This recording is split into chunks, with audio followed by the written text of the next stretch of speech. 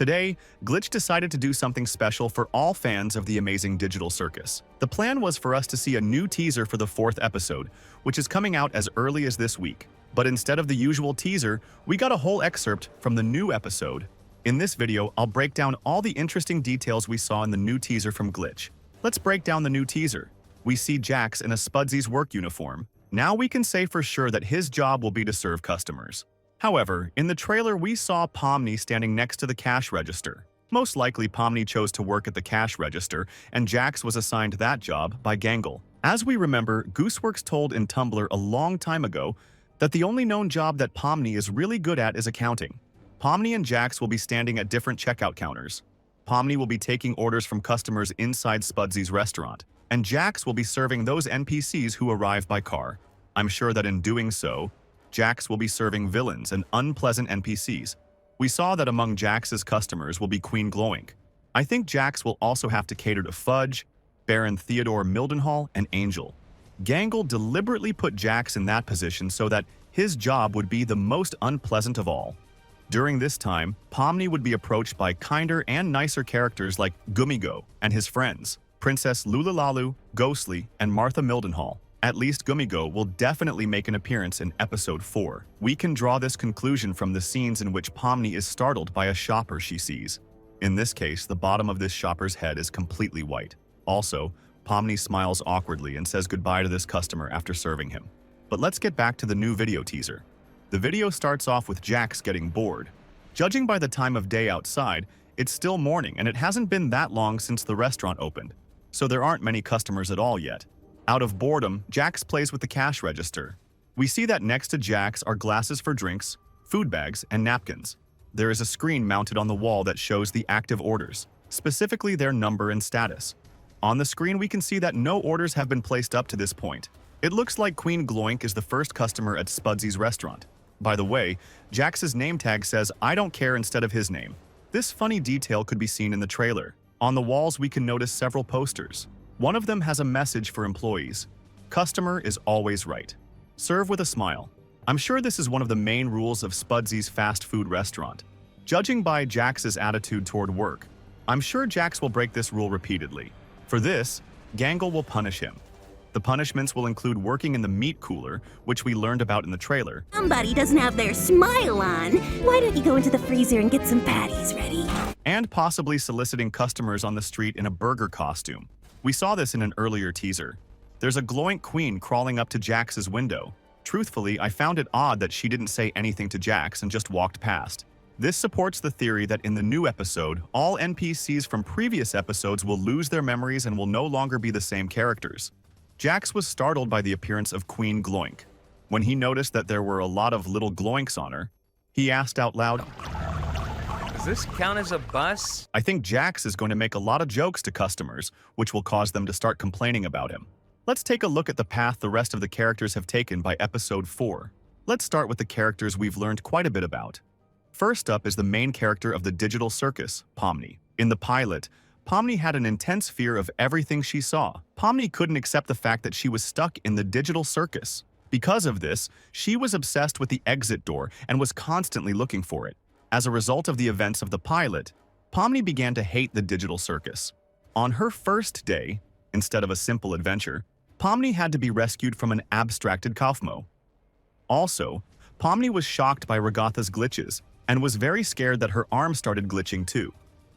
At first, I didn't understand what those weird facial expressions on Pomni's face at the end of the pilot meant. In Tumblr, Gooseworks explained that Pomni was very angry at Kane for everything she was going through. At first, Pomni didn't trust the other people stuck in the Digital Circus.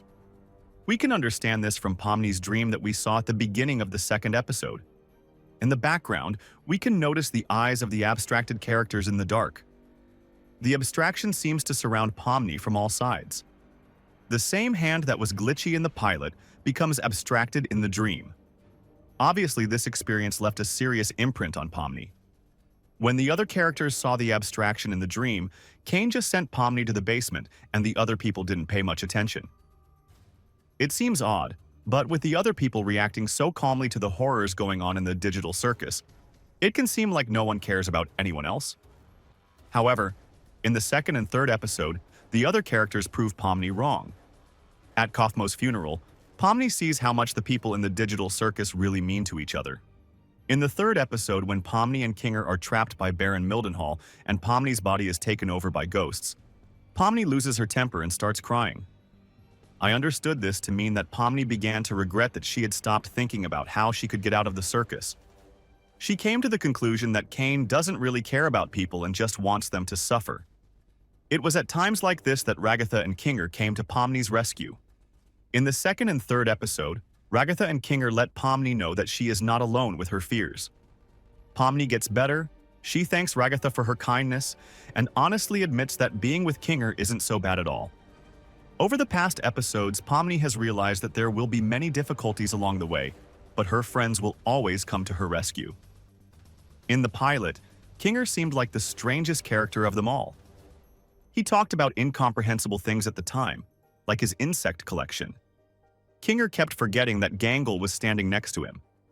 This made him frightened himself and frightened Gangle. Kinger's behavior was incomprehensible and unreasonable. Kinger endangered Zubul in the pilot and Pomni in the second episode. But near the end of the second episode, an attentive viewer could see that something changed in Kinger. When the bucket appeared on his head, he listened carefully to Ragatha and gave her a meaningful answer. At that moment, Ragatha was worried that Pomni was feeling too bad about the digital circus, and there was nothing she could do about it. Kinger said very right words. He suggested Ragatha not to take all the responsibility only on herself, because all the heroes had a hard time when they first adapted to the digital circus. In the darkness, Kinger easily remembered what Ragatha's first day in the digital circus had been like. Ragatha had been very surprised by it, but when Kinger took off the bucket, he forgot everything again. Before Kaufmo's funeral and during the ceremony, Kinger also behaved very appropriately and reservedly. Thinking about the abstraction brought back his memories, and he told Pomni, "It's the least we can do to honor their memory."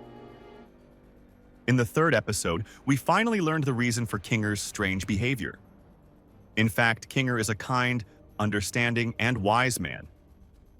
But he suffers from short-term amnesia, which causes him to forget everything when he is in bright light. In the dark, all memories come back to him as the darkness reminds him of his abstracted wife. Kinger studied computer science and got into the digital circus with his wife. Quinny was smart and creative and loved entomology. Kinger didn't like insects, but he was able to love them because of her. He still cherishes his insect collection that he talked about in the pilot. Kinger always tries to sit in his cushion castle to remember the last moment with his abstracted wife. I didn't really like Kinger before, but now he's become one of my favorite characters in Digital Circus. What are your thoughts on this one? Write your thoughts and theories in the comments, and I'll be sure to read them. The best comments will make it into the new videos. Also, don't forget to like and subscribe to the channel. Good luck, everyone, and bye-bye.